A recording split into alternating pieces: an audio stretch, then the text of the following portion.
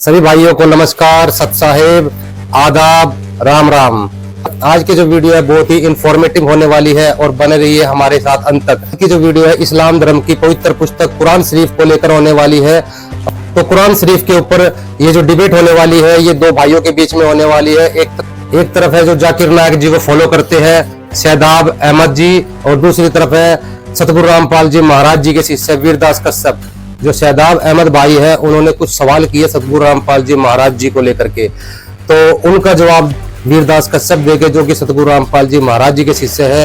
तो आइए शुरू करते हैं प्रोग्राम को।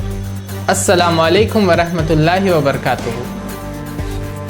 आज का ये वीडियो जो हम लोग बना रहे हैं वो एक ऐसा टॉपिक के ऊपर है जो कि ट्विटर पे हम लोग देख रहे हैं बार बार बहुत दिनों से ट्रेंड हो रहा। आज भी ट्विटर पे ये ट्रेंड कर रहा था। हैशटैग अल्लाह कबीर है, या हैशटैग अल्लाह साकार है, या hashtag Muslims don't know real Allah. इस तरह से जो कबीरपंथी लोग हैं वो लोग क्या कर रहे हैं, वो लोग कोट कर रहे हैं कुरान की आयत को। संत रामपाल एक इनके गुरु है, उनके जो फॉलोअर्स है वो ये कोट कर रहे हैं, कुरान को पढ़ते हैं और कहते हैं कि कुरान में लिखा हुआ कि अल्लाह कबीर है, नाउज़ बिल्लाह। और अगर इस तरह से लॉजिक को लिया जाए, अगर इस तरह से जैसे कि बोला गया सूरह फुरकान सूरह नंबर 25 आयत नंबर 52 में कबीरा वर्ड है तो कबीर अल्लाह है, नाउज़ बिल्लाह, तो उस तरह मैं कहूँगा कि सूरह फुरकान सूरह नंबर 25 आयत नंबर 51 और 56 में नज़ीरा का वर्ड है, नज़ीरा।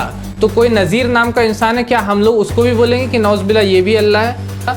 या उसी तरह सूरह फुरकान सूरह नंबर 25 आयत नंबर 55 में ज़हीरा का वर्ड है, वकानल काफिरू अला रब्बिही ज़हीरा, वहाँ पर लिखा हुआ है अला रब्बिही ज़हीरा। अब कोई बोल देंगे ये जो ज़हीर है, ज़हीर खान एक बहुत ही बड़ा इंडिया क्रिकेटर है, या इसी तरह ज़हीर कोई नाम का शख्स, उसको बोल देंगे हम कि नहीं ये ज़हीर खुदा है या ज़हीर अल्लाह है, नाउज़ बिल्लाह।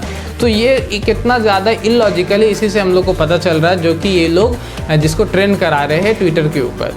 और जहाँ तक बात है इस तरह से चीज़ों को करने के, इस तरह से अगर हम लोग स्क्रिप्चर को यूज़ करने लगे, तो अगर किसी को इंग्लिश नहीं आता, मान के चलिए ये मेरे हाथ में बाइबल है और किसी को इंग्लिश नहीं आता, किसी मेरे हिंदू भाई को इंग्लिश नहीं आता, और मैं उसको बोलूँगा कि देखो Exodus chapter number 29 verse number 16 में लिखा हुआ है, मैं उसके सामने पढ़ने लगूँगा और उसको दिखाऊँगा भी, यहाँ पर लिखा हुआ है and thou shalt slay the ram, RAM, ram, जिसको ही राम भी बोला जा सकता, राम भी पढ़ा जा सकता है, जबकि यहाँ पर रैम लिखा हुआ है। जिसको इंग्लिश का नॉलेज होगा वो समझ जाएगा कि यह राम है, लेकिन अगर जिसको इंग्लिश की ABCD भी नहीं आता, मैं उसको बोल सकता हूँ कि यहाँ राम लिखा हुआ, कि यहाँ लिखा हुआ राम को मारने के बारे में, ये रावण की किताब है, ये रावण की बुक है, तो ये सरासर बेबुनियाद होगा, इलॉजिकल होगा, क्योंकि यहाँ पर जो रैम है RAM इंग्लिश में, उसका मतलब है भेड़ का मतलब आता है, भेड़ को वहाँ पर मारने के बारे में, ज़बह करने के बारे में वहाँ पर आ रहा, ना कि राम जो कि अयोध्या के राजा जिसको कहा जाता है, उनके बारे में यहाँ पर बात हो रही है। देखा शहदाब भाई का जवाब। अब जानते हैं वीरदास कश्यप के विचार, वो क्या जवाब देते हैं। गुरुदेव जी की जय, बंदी छोड़ सतगुरु रामपाल जी महाराज जी की जय, बंदी छोड़ कबीर परमेश्वर जी की जय। सभी को सत साहेब राम राम। शहदत भाई का सवाल है, जैसे कुरान शरीफ में नजीरा शब्द आया है, कोई कहे मेरे दादा का नाम नजीरा है, देखो यही अल्लाह है। जैसे कुरान शरीफ में ये इनका कहना है जहीरा शब्द आया है, और कोई जहीर खान कहे देखो ये जो जहीर खान है ये मेरा ही नाम है, मैं ही अल्लाह हूँ। भाई ने आगे कहा है जैसे बाइबल में RAM लिखा हुआ है और उसका अर्थ होता है भेड़, और कोई ये कहे देखो ये राम यानी हमारे भगवान राम का नाम बाइबल में लिखा हुआ है, ये सरासर बिल्कुल गलत हो जाएगा। तो भाई साहब को मैं ये कहना चाहता हूँ कि अगर कोई जहीरा नजीरा या कोई भी ETC कोई भी रूमू झुमू आकर ये कहे कि देखो कुरान शरीफ के अंदर मेरा नाम लिखा है, मैं अल्लाह हूं, तो क्या आप उसको अल्लाह मान लोगे?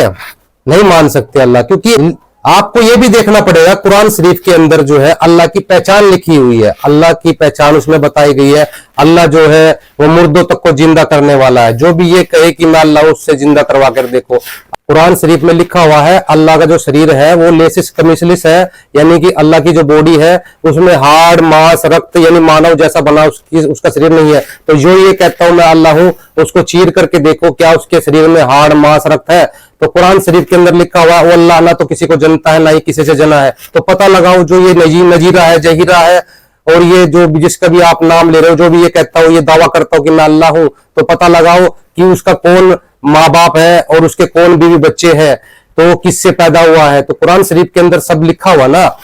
उस कोई भी ये कह दे कि मैं अल्लाह हूं तो उसके कहने से अल्लाह सिद्ध नहीं हो जाता। कुरान शरीफ की जो शर्तें हैं, जो लाइनें हैं, उस पे भी उसे खरा उतरना पड़ेगा, वो उसी को हम अल्लाह मानेंगे।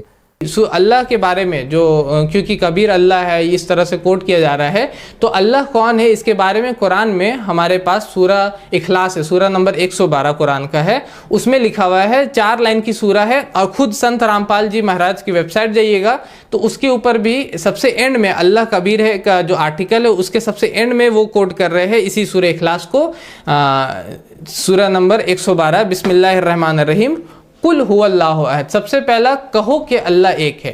और क्या कबीर एक थे? हम लोग जानते हैं कि कबीर एक इंसान थे, हमारे जैसे और लोगों के जैसा, उनके जैसे और भी पोइट थे, तुलसीदास है, कालिदास है, सूरदास है, उस तरह के एक लिस्ट है, आपको वेबसाइट पे मिल जाएगा जी कबीर दास के जैसे और कौन कौन लोग जो पोइट्स गुजरे हैं, और कबीर दास के जैसे और कौन कौन लोग इस दुनिया में गुजरे हैं, कौन कौन कवि गुजरे हैं।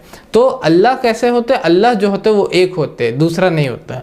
कि अभी आपने देखा शहदाब भाई ने जो है सूरह इखलास की 4 लाइनें आपको दिखाई है, उसमें से पहली लाइन कोड की है, जो अल्लाह है वो एक है, उस जैसा दूसरा कोई नहीं है। तो बिल्कुल सही बात है, अल्लाह एक यूनिक पर्सनैलिटी होता है।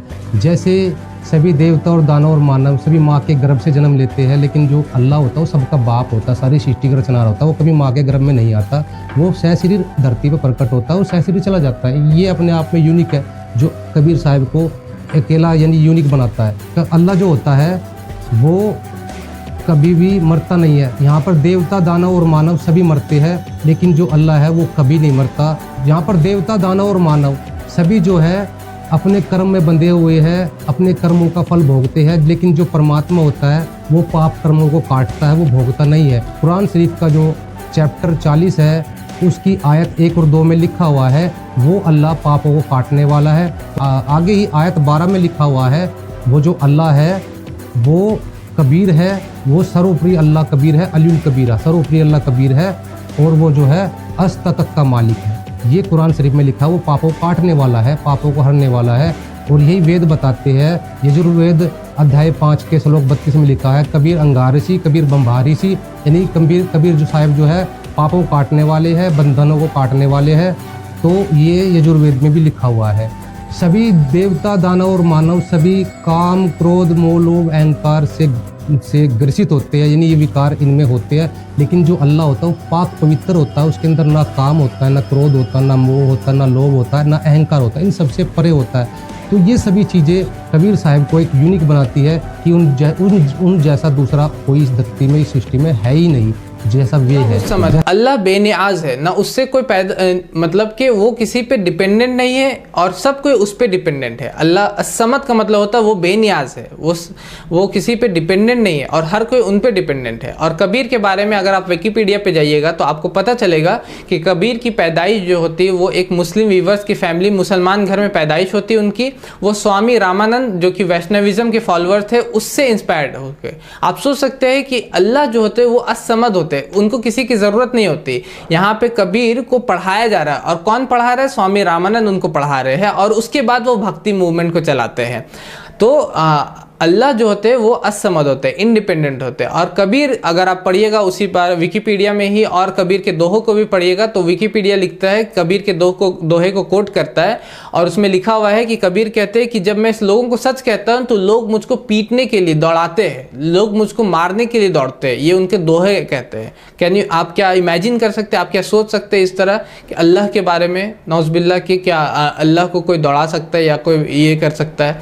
तो अल्लाह हुसमद, अल्लाह बेनियाज है। जैसा कि आपने देखा शहदाब भाई ने बताया है, जो अल्लाह होता है वो किसी पे डिपेंड नहीं होता। और उन्होंने ये कहा है, कबीर साहब जो है रामानंद जी पे डिपेंड थे, उन्होंने जो है रामानंद जी को अपना गुरु बनाया था। तो मैं इनसे कहना चाहूँगा, आपके जो अल्लाह है जिन्होंने कुरान शरीफ का जो ज्ञान दिया है, वो भी तो जबरील देवता पे डिपेंड थे, उन्होंने भी तो जबरील देवता को भेजा था। जबरील देवता जो थे, जो जबरील फरिश्ते थे, वो पैगाम लेकर आते थे हज़रत मोहम्मद जी के पास, क्या वो उनके ऊपर डिपेंड नहीं थे? और आपको दिखाते हैं कबीर साहब जी ने जो है रामानंद जी को एक अपना गुरु इसलिए बनाया था ताकि लोग जो है ये आगे ये ना कह दे कि कबीर साहब ने कौन सा गुरु बनाया है, क्योंकि श्रीमद् भागवत गीता में लिखा हुआ है जैसे जैसे लीडर करता है वैसे वैसे ही उसके फॉलोवर करते हैं। तो कबीर साहब एक कबीर साहब जो है एक सतगुरु यानी जगत गुरु बन के धरती पर आते हैं, एक ट्रेनर बनकर धरती पर आते हैं, वो अपने लोगों को दिखाने के लिए गुरु बनाते हैं। जबकि रामानंद जी ने कबीर साहब को परमात्मा माना, अल्लाह माना। आपको प्रमाण दिखाते हैं कबीर सागर से। ये देखें कबीर सागर संपूर्ण 11 भाग खेमराज कृष्णदास प्रकाशन, ये वही कबीर सागर है। इसमें हम आपको ले चलते हैं इसमें चलते हैं बोध सागर कबीर चरित्र बोध, पेज नंबर जो है 1807 नंबर पेज है। बोलत रामानंद जी सुन कबीर करतार, यानी रामानंद जी बोल रहे हैं, गरीबदास सब रूप में तुम ही बोलनहार, तुम साहेब तुम संत हो, तुम सतगुरु तो हम हंस, यानी तुम साहिब भी हो, तुम ही संत हो, तुम ही सतगुरु हो। और कहते बोलत रामानंद जी सुन कबीर करतार, करतार यानी सारी सृष्टि का रचनहार, यानी अल्लाह, कबीर अल्लाह। गरीबदास जी महाराज जी बोल रहे हैं कि रामानंद जी ने ऐसा कहा, तुम साहेब तुम संत हो, तुम सतगुरु हम हंस, गरीबदास तुम रूप बिना और ना दूजो वंश, मैं भक्ता मुक्ता भया, यानी मैं भक्त जो है आपने मुक्त कर दिया, किया कर्म कुल नाश, यानी जो है आपने जो मेरे कर्म जो थे वो नाश कर दिए। गरीबदास अविगत मिले मेटी मन की प्यास, दोनों ठोर में एक तू भया एक से दो, यानी दोनों तरफ तू ही है, यहाँ भी तू ही है और उस अलग तख्त पे, यानी जो सर्वप्रिय अल्लाह का जो तख्त है वहाँ भी तू ही है, यानी दोनों तरफ आप ही हो। गरीबदास हम कारणे उतरे मगर जोए, बोले रामानंद जी सुनो कबीर सुजान, गरीबदास मुक्ता भई उधरे पिंड और प्राण। आपको और दिखाते हैं, इसमें ये क्लियर करते हैं। आगे जो है 1811 पेज पे आ जाते हैं। इसमें कहते हैं स्वामी जी इच्छा हुई जानना चाहिए, मतलब स्वामी जी की इच्छा हुई कि जानना चाहिए यह कबीर कौन है जो ऐसे ऐसे कौतुक किया करता है। इस कारण स्वामी जी ने ठाकुर का ध्यान किया, तब ध्यान में यह दिखाई दिया कि ठाकुर के सिंहासन पर जो ठाकुर की मूर्ति है उसके सिर के ऊपर कबीर साहिब का सिंहासन रखा हुआ है। जब से कबीर साहिब की ऐसी बड़ाई और उनका इतना प्रताप देखा, तब से स्वामी यानी रामानंद जी कबीर साहिब की स्तुति करने लगे। यानी साबित हो गया कि रामानंद जी जो है कबीर साहिब की स्तुति करते थे। जो कबीर साहिब जो है रामानंद जी के भी अल्लाह थे, परमात्मा थे, वो उन्होंने रामानंद जी को एक शिष्य बन करके पार किया। और ये जो गुरु शिष्य की जो मर्यादा थी, जो परंपरा निभाई कि आने वाले समय में लोग ये ना कह दे कबीर साहिब ने कौन सा गुरु बनाया था, इसलिए कबीर साहिब ने भी हमें ये दिखाया कि आपको भी गुरु बनाना है, क्योंकि हर व्यक्ति संसार में कॉपी करता, नकल करता है, तो हम सब नकलची है। तो कबीर साहिब ने खुद हमें ये दिखाया एज ए ट्रेनर बन के कि मैं गुरु बना रहा हूँ, आप भी गुरु बनाइए, और गुरु शिष्य की परंपरा से ही आप पार हो सकते हो। तीसरा लम यलिद वलम यूलद, वो किसी को जनते नहीं, किसी से जने हुए नहीं है, मतलब कि ना ही उनके कोई औलाद है, ना ही उनके कोई माँ बाप है। और कबीर के माँ बाप थे, हम लोग जानते हैं, वो मुसलमान घर में पैदा हुए, कुछ लोग कहते हैं कि कुछ और कहते हैं ब्राह्मण घर में, लेकिन उनके माँ बाप थे, ये फाइनल है, आप विकिपीडिया पे जाके पढ़ भी सकते हैं। उसके बाद रही बात, कुछ लोग कहते हैं कि उन्होंने शादी नहीं किया, लेकिन कुछ हिस्टोरिकल सोर्सेस जो एक्यूरेट ज़्यादा है विकिपीडिया के हिसाब से, वो ये कहते हैं कि उनकी बीवी भी थी धनिया जिनका नाम था, और उनके बेटा भी था जिसका नाम कमल था, और उनकी बेटी भी थी जो कमली थी। और अल्लाह कैसे है, अल्लाह किसी को जनते नहीं है, ना ही किसी से जने हुए होते हैं, ना ही कोई उनके माँ बाप होते, और ना ही कोई उनके बच्चे होते, ना ही कोई उनके संतान होते। तो इससे भी साबित हुआ कि कबीर अल्लाह नहीं है। अभी आपने देखा शादाब भाई ने दूसरी लाइन कोड की है और ये बताया कि वो अल्लाह ना तो किसी से पैदा होता है, ना ही वो किसी को पैदा करता है। और विकिपीडिया पे कोई डी लॉरेंस की किताब दिखाई है इन्होंने कि डी लॉरेंस ने ये ऐसा बोला है कि कबीर साहिब जो है वो पैदा भी हुए और उन्होंने उनके बच्चे भी थे, बीवी भी थी। तो मैं इनसे ये जानना चाहूँगा, अगर हमें हज़रत मोहम्मद जी के बारे में जानना है तो क्या हम जैन धर्म की किताबों में देखेंगे जा करके? हमें जो है अगर हज़रत मोहम्मद जी के बारे में जानना है तो इस्लाम धर्म की जो प्रमाणित किताबें हैं उनके अंदर देखना पड़ेगा कि हज़रत मोहम्मद जी के बारे में क्या लिखा हुआ है। ठीक इसी प्रकार अगर कबीर साहिब को जानना है तो डी लॉरेंस की किताब में नहीं देखना, ना ही विकिपीडिया पे देखना, आपको कबीर सागर पढ़ना पड़ेगा। कबीर सागर, कबीर बीजक, कबीर साखी, कबीर साहिब के बहुत सारे ग्रंथ हैं, आप उनको पढ़िए, उनमें कबीर साहिब के बारे में लिखा हुआ है। आप पढ़ते नहीं हो और हम आपको प्रमाण करके दिखाते हैं कबीर सागर से। कबीर साहिब ने ना तो कभी किसी को जना है, यानी उनकी कोई बीवी बच्चे नहीं थे, और ना ही वो किसी से पैदा हुए थे, वो सहशरीर आए थे और सहशरीर सतलोक चले गए थे।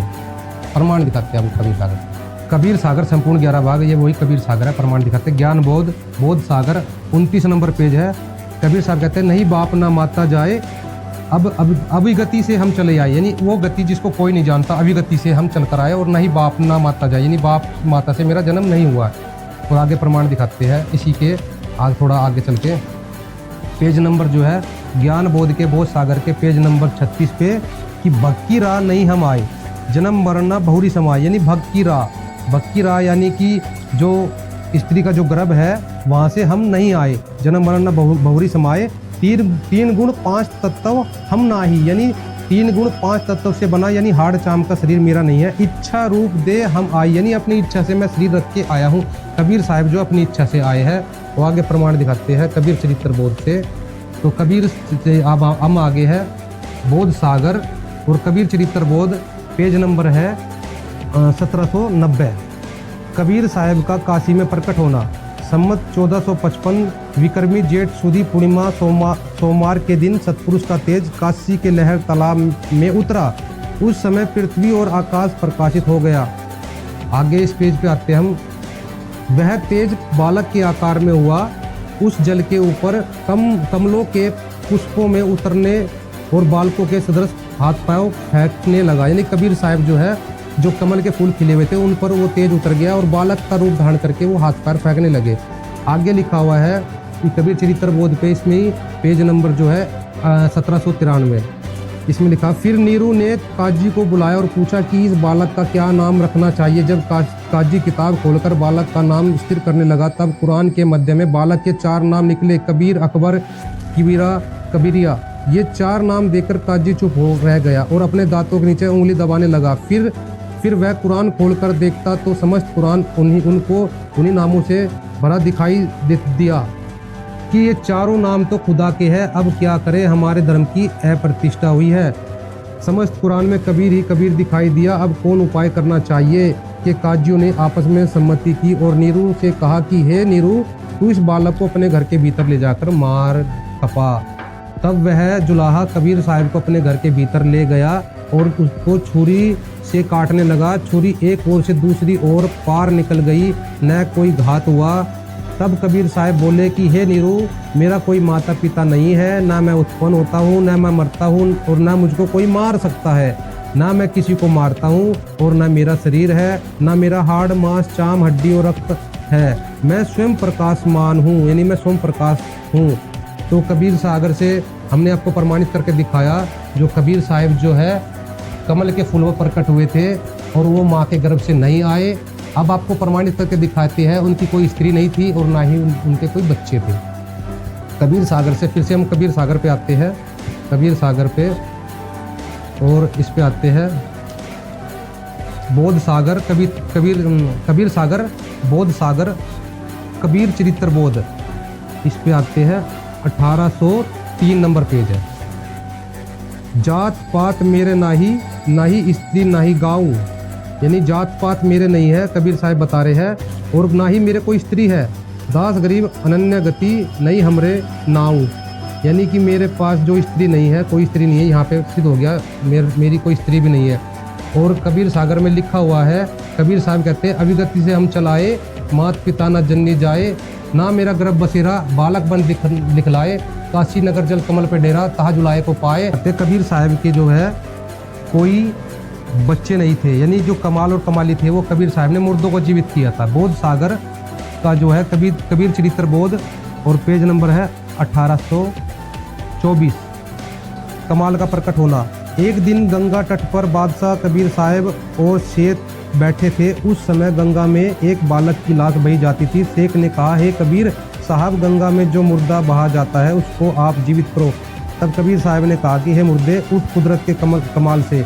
तब वह उठ खड़ा हुआ। तब कबीर साहब ने उस मुर्दे को जीवित किया। तब बादशाह और शेख एकदम आश्चर्य में आकर बोल उठे कि वाह, आपने तो कमाल कर दिया। कबीर साहब ने कहा, अच्छा, जो आज से इस लड़के का नाम भी कमाल हुआ, यह जगत में मेरा पुत्र कम कहलाकर प्रसिद्ध होगा। और आप कमाली के बारे में दिखाते हैं। कमाली का प्रकट होना, बोध सागर, कबीर चरित्र बोध, पेज नंबर है 1834। कमाल को कबीर साहब ने मुर्दे से जीवित किया। तब शेख तकी ने कहा कि मैं इस लीला को नहीं मानता।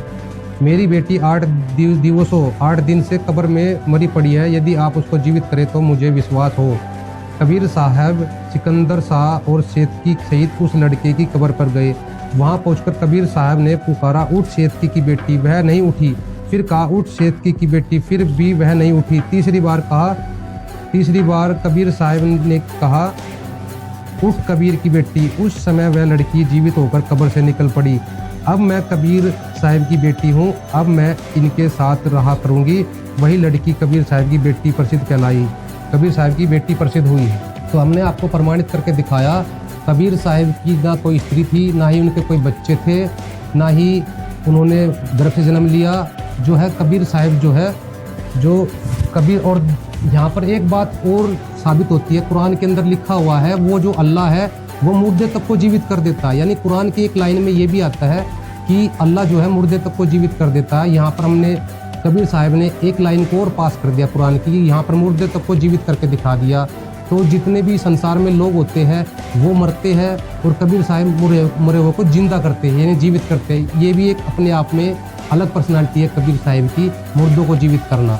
वो उन जैसा दूसरा कोई नहीं है, वो एक ही है सृष्टि के अंदर कबीर साहब। और चौथा लाइन, वलम यकुल लहु कुफुवन अहद, और अल्लाह के जैसी कोई भी चीज़ नहीं, and there is nothing comparable unto him. ये सबसे हार्ड, ये सबसे लाइन जो है सबसे मुश्किल है कि अल्लाह सुब्हानहू ताला के अलावा कोई इसको पास कर सके, क्योंकि आपका सोच, आपका समझ, आपका ख्याल उन तक नहीं पहुंच सकता कि वो कहाँ तक होंगे, मतलब उनकी वो किस तरह होंगे, या वो उनको किस तरह, मतलब उनको किस तरह से इमेजिन आप नहीं कर सकते। अगर आपका सोच कहीं पे जाता है तो वो अल्लाह सुब्हानहू ताला नहीं है। तो ये सूरह इखलास से हम लोग को यही पता चलता है कि कबीर अल्लाह नहीं है। जैसे कि आपने अभी देखा, सैदाब भाई ने जो है चौथी लाइन बताई है कि चौथी लाइन जो है, अल्लाह के साथ किसी का कंपैरिजन नहीं किया जा सकता। अल्लाह जो है यूनिक है, अलग ही पर्सनैलिटी है। जैसे ये जो लाइन है पहली लाइन जैसी है, जैसे पहली लाइन में लिखा था अल्लाह एक है, वो जो है दूसरा कोई नहीं है। तो इस चौथी लाइन में भी लिखा है कि अल्लाह का किसी के साथ कंपैरिजन नहीं किया जा सकता, अल्लाह के कंपैरिजन में कोई आ नहीं सकता। तो कबीर साहिब के बारे में हमने इसका जवाब पहले भी दिया, दोबारा फिर दे देते हैं।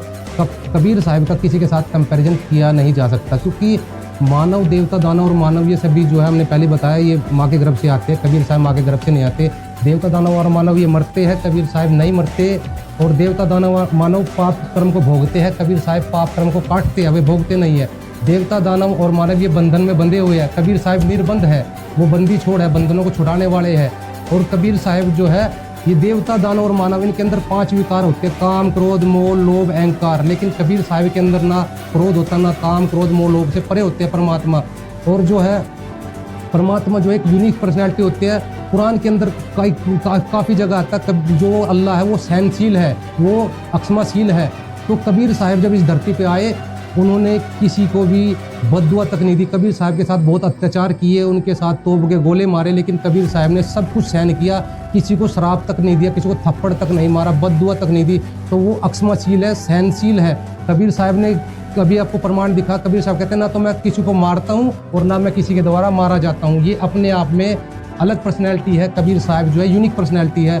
और हमने कबीर साहब को 4 लाइनों पे खरा उतार के दिखा दिया। जो कुरान शरीफ का ज्ञान देने वाला अल्लाह है वो एक छोटा अल्लाह है, यानी वो शैतान है, और जो कबीर साहब है वो बड़े अल्लाह है, यानी सुप्रीम अल्लाह है। तो कुरान शरीफ का ज्ञान दाता वो छोटा अल्लाह है, और जो कबीर साहब वो सुप्रीम अल्लाह, सर्वोपरि अल्लाह, जो कि अभी हमने प्रमाण दिखाया। तो जो कुरान शरीफ का ज्ञान देने वाला छोटा अल्लाह है, आप कहते हो कि बिस्मिल्लाहि रहमान रहीम, शुरू करता हूँ उस अल्लाह के नाम से जो रहमान है। तो आप का कोई भी इस्लाम धर्म का कोई भी मुल्ला काजी हो, कोई भी मौलवी हो, एक इस आयत की इस एक लाइन पे अपने कुरान शरीफ के अल्लाह को खरा उतार के दिखा देना। रहमान का अर्थ क्या होता है? रहमान का अर्थ होता है जिसकी डिक्शनरी में एक सिंगल वर्ड भी बेरहमी का ना हो। और ये कुरान शरीफ का ज्ञान दाता मांस खाने का आदेश देता है। कुरान शरीफ में कहता है मांस खाने का आदेश देता है कि 4 पैरों वाले जानवर तुम खा सकते हो। ये मुसलमान, ये काफिरों को मारने का आदेश देता है कि काफिरों को गर्दन काट दो, ऐसे मार दो, वैसे मार दो। तो ये रहमान अल्लाह कहाँ से हुआ? ये तो बेरहम अल्लाह हुआ ना। तो कुछ मुसलमान ये बोलते हैं, जैसे कि कुछ मुसलमान बोलते हैं कि जो है अल्लाह ने जो है कुछ बहुत सारी अच्छी बातें बोली है कुरान शरीफ के अंदर। कहीं जो है चलो इन्होंने मांस खाने का आदेश दिया है, कहीं दिया है, लेकिन बहुत सारी जो है कुरान की जो आयतें बहुत अच्छा ज्ञान दे रही है, बहुत अच्छा बता रही है। तो ये रहमान अल्लाह है। तो मैं इनसे ये कहना चाहता हूँ, इस कुरान शरीफ के ज्ञान देने वाले अल्लाह ने जब मांस खाने का आदेश दे दिया, काटने का आदेश दे दिया, और काफिरों को मारने का आदेश दे दिया, तो ये रहमान अल्लाह नहीं रहा। कबीर सागर के अंदर पूरी डिक्शनरी में एक सिंगल वर्ड दिखा दो कबीर साहब ने किसी को मारने तक का आदेश दिया हो, कभी कबीर साहब ने किसी को मुर्गे बकरे मारने का आदेश दिया हो, कहीं भी थप्पड़ तक मारने का आदेश नहीं दिया। कबीर साहब अपनी वाणी में कहते हैं, आवत गाली एक है उल्टत हो अनेक, ना कबीर उलटियो रहे एक ही एक। कबीर साहब गाली देने तक को मना करते हैं, वो थे रहमान अल्लाह। और कुरान शरीफ में लिखा भी हुआ है चैप्टर 40 में आयत 1 से लेके 12 तक, आयत 12 में कहा कि वो अल्लाह रहमान है, वो कबीर रहमान है, वो पापों को नाश करने वाला है। तो वो रहमान अल्लाह कबीर साहब है। तो जो रहमान अल्लाह है वो सर्वोपरि अल्लाह को कबीर है। और जो वो कोट करते हैं सूरह फुरकान सूरह नंबर 25 आयत नंबर 52 कोट करते हैं, और वो कहते हैं कि उसमें लिखा हुआ फला तुतिल काफिरीना वजाहिदहुम बिही जिहादन कबीरा, के उसका तर्जुमा ये होगा कि तुम बस आप काफिरों की इत्तिबा मत कीजिए और उनसे जिहाद कीजिए, बहुत ही बड़ा जिहाद, जिहादन कबीरा। अब यहाँ पे जो कबीरा वर्ड आ गया, अब इसको उठा करके बोल देते हैं कि देखो यहाँ पर कबीर का लफ्ज़ है और कबीर अल्लाह है, नौज़ुबिल्लाह। अब जिसको अरबी का 10% या मैं बोलूँगा अरबी का 5% या मैं बोलूँगा कि अरबी का 1% भी नॉलेज होगा, वो इसको जान सकता है कि यहाँ पे जो कबीरा वर्ड है वो कबीर को नहीं बोला गया। यहाँ पे जो कबीरा वर्ड है वो कुछ और बड़ा लफ्ज़ है, जैसे जिहादन कबीरा, बहुत ही बड़ा जिहाद यहाँ पर बोला गया है। और ये तर्जुमा आप कोई भी कुरान को उठा करके आप पढ़ सकते हैं, चाहे आप इंग्लिश का तर्जुमा उठाइए, चाहे आप हिंदी का तर्जुमा उठाइए, आपको ये मिल जाएगा। इवन भाइयों, जैसा कि आपने वीडियो में देखा, शहदाब जो भाई है इनका कहना है कि कुरान के अंदर कबीर अल्लाह नहीं लिखा हुआ, जबकि कुरान के अंदर जो है कबीर अल्लाह सैकड़ों जगह लिखा हुआ है। लेकिन इन अनुवादकर्ताओं ने जो ट्रांसलेट किया है कुरान का, उन्होंने कबीर का जो अर्थ है वो बड़ा कर दिया है, महान कर दिया है, जो कि बिल्कुल गलत है। नाम का किसी भाषा में कभी ट्रांसलेट नहीं होता, नाम हमेशा जो का तो लिखा जाता है। जैसे भूमि बोलती है, अगर इसको हम ट्रांसलेट करेंगे तो द लैंड स्पीक्स, तो गलत हो जाएगा ना। तो इसको हमें ट्रांसलेट करने के लिए भूमि का नाम है तो नाम का नाम ही लिखना पड़ेगा। भूमि बोलती है तो भूमि स्पीक्स। तो कुरान के अंदर जो कबीर है वो एक नाम है, वो अल्लाह का नाम है। पहले हम आपको ये साबित करते हैं कि ये जो नाम है कबीर जो है अल्लाह का नाम है। और ये कबीर साहब ने खुद दावा किया है कि मेरा नाम कबीर है और मैं ही अलग अल्लाह हूँ, यानी सारी सृष्टि का रचनहार हूँ, मैं ही सर्वोपरि अल्लाह, यानी अलग अल्लाह, ये सर्वोपरि अल्लाह मैं ही हूँ। ये कबीर सागर में कबीर साहब ने ये दावा किया है। आपको प्रमाण दिखाते हैं। ये देखिए कबीर सागर है, संपूर्ण 11 भाग, खेमराज श्री कृष्णदास, प्रकाशन बम्बई से हम। इसके आते हैं बोध सागर, कबीर चरित्र बोध पे आते हैं 1817 पेज पे। तो इसमें ये तब बादशाह ने कबीर साहिब से पूछा, शाह सिकंदर बोलता, कह कबीर तू कौन, गरीबदास गुजरे नहीं कैसे बैठा मौन। कबीर साहब ने उत्तर दिया, कबीर साहब कहते हैं हम ही अलग अल्लाह है, कुतुब गोश गुरु पीर, गरीबदास मालिक दनी हमरो नाम कबीर, यानी सारी सृष्टि का रचनाहार मैं ही हूँ और मैं ही अलग अल्लाह हूँ, यानी सर्वोपरि अल्लाह मैं ही हूँ और मेरा नाम कबीर है। मैं ही गोश गुरु पीर, यही मैं गुरु हूँ सबका, और मैं ही मालिक धनी हूँ, यानी सृष्टि का रचने वाला मैं हूँ, मेरा नाम कबीर है। अभी हमने आपको कबीर सागर से प्रमाणित करके दिखाया, कबीर साहब ने ये दावा किया है मेरा ही नाम कबीर है और मैं ही सारी सृष्टि का रचनाहार हूँ, मैं ही सर्वोपरि अल्लाह यानी अलग अल्लाह मैं ही हूँ। तो कबीर अल्लाह, कबीर साहिब कबीर जो है एक नाम है और कुरान शरीफ के अंदर दिखाते हैं। वैसे तो कुरान शरीफ में के अंदर सैकड़ों जगह कबीर लिखा हुआ है, लेकिन फिर भी हम आपको प्रमाण के लिए दिखाते हैं। कबीर को सर्वोपरि अल्लाह कहा है, अलियुल कबीरा, कुरान के अंदर अलियुल कबीरा यानी सर्वोपरि अल्लाह कहा है। प्रमाण दिखाते हैं कुरान शरीफ से आपको। ये देखिए कुरान शरीफ, और इसके हम आते हैं चैप्टर 40 पे, और इसकी जो आयत है 12 नंबर आयत पे आते हैं। 12 नंबर आयत पे देखिए, यहाँ पे लिखा हुआ है अलियुल कबीरी। इन्होंने जो है यहाँ पे अलियुल कबीरी कर दिया, जो ट्रांसलेट किया है अलियुल कबीरी कर दिया, जबकि अगर आप कुरान मजीद देखोगे तो कुरान मजीद के अंदर अलियुल कबीर लिखा हुआ है, बिल्कुल क्लियर लिखा हुआ है कुरान मजीद के अंदर अलियुल कबीर। और इसका अगर ट्रांसलेट देखते हैं हम, यहाँ पर ट्रांसलेट होता है उस एक मात्र अल्लाह की इबादत करने को तुमको पुकारा जाता है, तुम मुंह मोड़ते थे, और जब उसके साथ दूसरे पूजित शरीक ठहराए जाते थे तो तुम बड़ी खुशी से यकीन कर लेते थे। तो सर्वोपरि और सबसे महान उस अल्लाह ही का आज यह हुक्म है जो वह करे, यानी वह सर्वोपरि है और सबसे महान है। इन्होंने महान का अर्थ, कबीर का अर्थ महान कर दिया। ये अलीउल कबीर ही लिखा हुआ है, इसका अर्थ होता है सर्वोपरि अल्लाह कबीर, यानी वो सर्वोपरि अल्लाह कबीर है। उस अल्लाह ही का आज यह हुक्म है जो वह करे। और ये आगे 14 नंबर आयत में लिखा हुआ है, तो हे ईमान वालो अल्लाह ही को पुकारो, उसी के फरमा बरदार बनकर, अगरचे काफिरों को भले ही बुरा लगे, वह ऊंचे दर्जे वाला और अर्श तकत का मालिक है। यानी वो अर्श सतगुरु रामपाल जी महाराज कहते हैं, जीव हमारी जाति है, मानव धर्म हमारा, हिंदू मुस्लिम सिख ईसाई धर्म नहीं कोई न्यारा। सतगुरु रामपाल जी महाराज जी जो है यहाँ किसी को हिंदू मुसलमान नहीं बना रहे, वो केवल सबको मानव इंसानियत का पाठ पढ़ा रहे हैं। और आप सतगुरु रामपाल जी महाराज जी की दी हुई इबादत को, भक्ति को अपने इस्लाम धर्म के में रहकर भी कर सकते हो। उसके लिए आपको हिंदू बनने की जरूरत नहीं है, मुसलमान बनने की जरूरत नहीं है, आपको धर्म मजहब जो है बदलने की जरूरत नहीं है। जो भाई जिस भी धर्म में है वो उसी धर्म में रह करके सतगुरु रामपाल जी महाराज जी की द्वारा दी हुई ये इबादत भक्ति विधि को कर सकता है। अल्लाह जो कुरान शरीफ में लिखा हुआ है, अल्लाह सहनशील है, अल्लाह जो है अक्षमाशील है, यानी माफ करने वाला है। तो हमने, और कुरान शरीफ में लिखा हुआ है अल्लाह जो है मुर्दे तक को जिंदा करने वाला है। तो 3 लाइन तो ये होगी और 4 लाइनें सूरह इखलास की, यानी 7 लाइनों पे हमने कबीर साहिब को खरा उतार के दिखा दिया।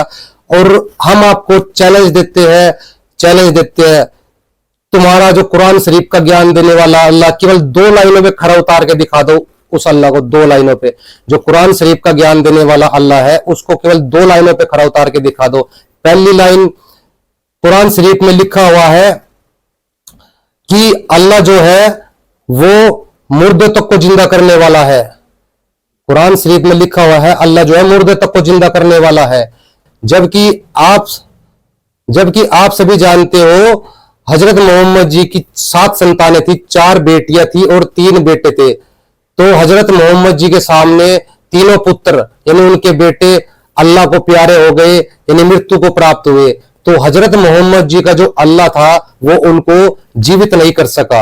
अगर हम माने, अगर ये घटना किसी आम मुसलमान के साथ घटती तो अगर ये घटना किसी आम मुसलमान के साथ घटती तो हम ये समझ लेते कि शायद वो मुसलमान जो है ईमान पे नहीं रहा होगा, उसका ईमान जो है वो पक्का नहीं रहा होगा। लेकिन हजरत मोहम्मद जी जैसा ईमान तो दूसरे किसी मुसलमान का हो भी नहीं सकता। और हजरत मोहम्मद जी जो कि डायरेक्ट अल्लाह से बातें करते थे, वो अल्लाह के रसूल थे, उनके ही 3 पुत्र अल्लाह को प्यारे हो गए, यानी हजरत मोहम्मद जी का अल्लाह उनको जीवित नहीं कर सका। तो कुरान शरीफ की इस आयत पे हजरत मोहम्मद जी यानी पूरे इस्लाम धर्म का अल्लाह जो है फेल हो जाता है, यहाँ पर पास नहीं होता इस लाइन पे। तो मैं पूरे इस्लाम धर्म को ये कहना चाहूंगा कि जब हजरत मोहम्मद जी के 3 पुत्रों की रक्षा कुरान शरीफ का अल्लाह नहीं कर सका, उनको जीवित नहीं कर सका, तो पूरे इस्लाम धर्म के जो लोग हैं जो इस कुरान शरीफ के अल्लाह की इबादत कर रहे हैं, उनके बच्चों की हिफाजत कैसे हो सकती है, उनके बच्चों को कैसे जिंदा कर सकता है। तो उनके बच्चों की या उनके भी बच्चों की हिफाजत कैसे हो सकती है। कुरान शरीफ का अल्लाह जब हजरत मोहम्मद जी के बच्चों को ही नहीं जीवित कर सका तो उनके बच्चों को जीवित कैसे कर सकता है। ये सोचने वाली बात है भाइयों। समझो, ये कुरान शरीफ का ज्ञान देने वाला अल्लाह ये शैतान है, ये छोटा अल्लाह है। जो बड़ा अल्लाह है वो कबीर साहिब है, कबीर देव है, पूर्ण ब्रह्म, सारी सृष्टि के रचनहार। वे बड़े अल्लाह कबीर साहिब है, वो अर्श तकत के मालिक है। अभी हमने आपको साबित करके दिखाया। तो वो जो बड़ा अल्लाह है वो कबीर, वो गुनाहों को माफ करने वाला है, वो मुर्दे तक को जिंदा करने वाला है, वो आयु को बढ़ाने वाला है। वेदों में भी लिखा हुआ है वो अल्लाह जो है वो परमात्मा कबीर देव आयु तक को बढ़ा देता है, 100 साल तक की आयु कर देता है। और कुरान में भी लिखा है वो मुर्दे तक को जिंदा कर देता है। तो वो कबीर जो है सभी को, तो वो कबीर जो है वो सबरत परमात्मा है, वो बड़ा अल्लाह है, वो अलीउल कबीरा सर्वोपरि अल्लाह कबीर है। तो उसकी पूजा की विधि, इबादत की विधि जो है सतगुरु रामपाल जी महाराज जी के पास है। और जो हजरत मोहम्मद जी जो थे वो छोटे अल्लाह यानी छोटे अल्लाह के मैसेंजर थे, पैगंबर थे। वो शैतान यानी छोटे अल्लाह काल के मैसेंजर थे, पैगंबर थे। और सतगुरु रामपाल जी महाराज बड़े अल्लाह यानी कबीर अल्लाह के मैसेंजर है, पैगंबर है। तो अब आपको देखना, आपको छोटे अल्लाह की इबादत करनी है या बड़े अल्लाह की इबादत करनी है। पूरा इस्लाम शिर्क कर रहा है, छोटे अल्लाह की इबादत कर रहा है, समरत अल्लाह की इबादत नहीं कर रहा। कि पहले ही चैप्टर की पहली लाइन में लिखा हुआ है बिस्मिल्लाहिर्रहमानिर्रहीम, शुरू करता हूं उस अल्लाह से जो रहमान है, दयालु है।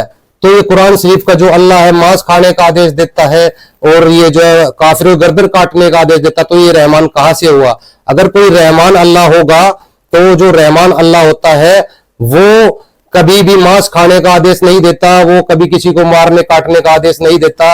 रहमान अल्लाह कबीर साहब है, उसकी डिक्शनरी में एक भी शब्द बेरहमी का नहीं है। रहमान अल्लाह की डिक्शनरी में एक भी शब्द बेरहमी का नहीं होता।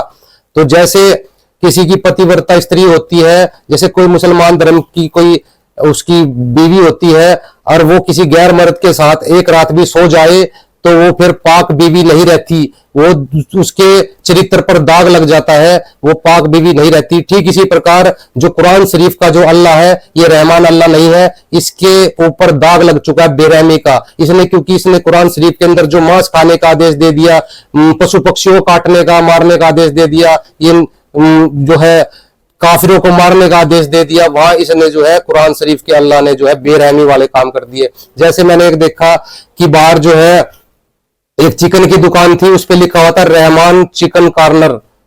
ऊपर तो लिख रहा है रहमान चिकन कॉर्नर और नीचे मुर्गे बकरों की गर्दन काट रहा है। ऊपर तो लिख रहा है दयालु रहमान और नीचे मुर्गे बकरों की गर्दन काटी जा रही है। तो इनका जो कुरान शरीफ का अल्लाह ऐसा ही है, दिखावे के लिए रहमान है लेकिन काम सारे बेरहमी वाले हैं। तो सभी से मेरी हाथ जोड़कर प्रार्थना है मेरे मुसलमान भाइयों से कि सतगुरु रामपाल जी महाराज जी की सतगुरु रामपाल जी महाराज जी के ज्ञान को समझिए।